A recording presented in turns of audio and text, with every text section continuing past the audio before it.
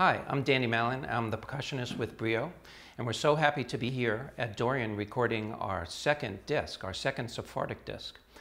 I wanted to share some thoughts with you today about this style of music that we're playing, Sephardic music, and our interpretation of it, and also my relationship to it, both personally and through the instruments.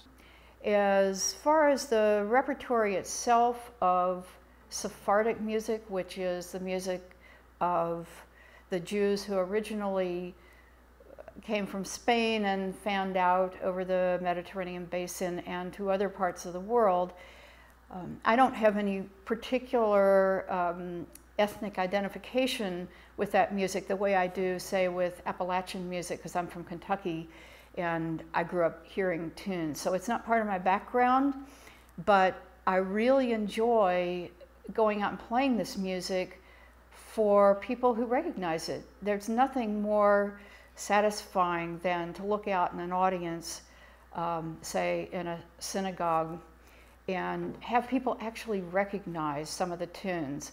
Since they have come down through oral tradition, some of them are actually still in circulation and familiar to people today.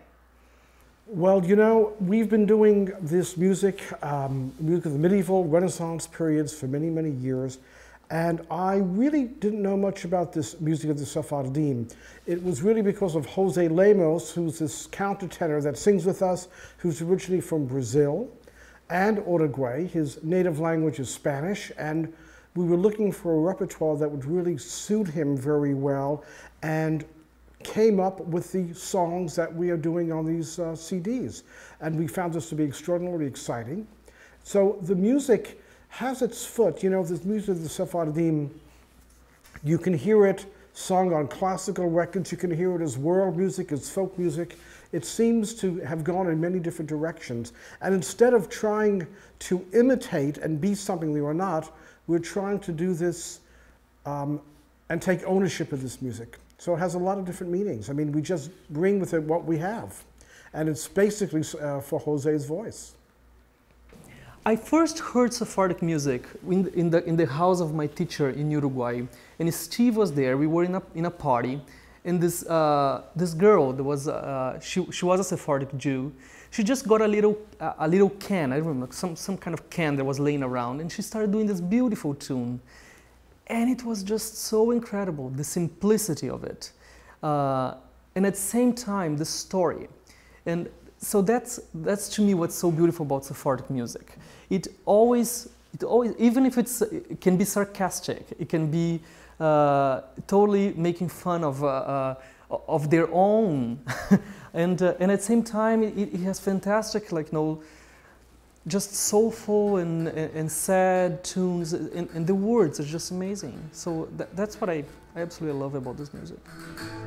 Si otra vez me quieres ver, sale afuera, te hablaré. Echa los ojos al mar, allí me puedes encontrar. Echa los ojos al mar, allí me puedes encontrar.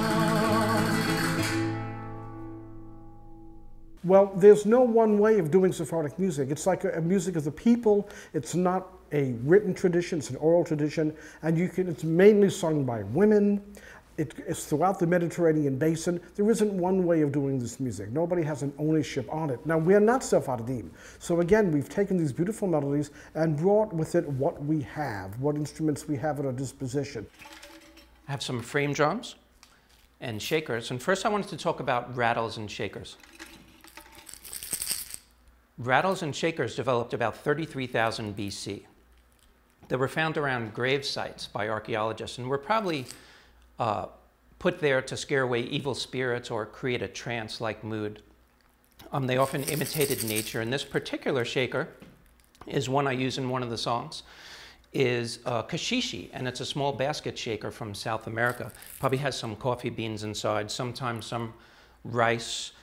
So at least I always have rice and beans with me when I'm on the road, so there goes the starving artist myth. I am playing the viola da gamba, The viola da gamba was invented in 15th century Spain, just before the time that the Jews were expelled. And I'm not saying that they played these, but in fact, some of the Jews who left Spain at that time went to Italy and were instrument makers. I own an old instrument by an instrument maker, Barak Norman, whose family may have been Jewish. In 16th century England, Henry VIII hired Jewish instrument players and makers. In fact, in those days, the players and the makers were the same people. They had these family dynasties. And he hired them to come work for him in England.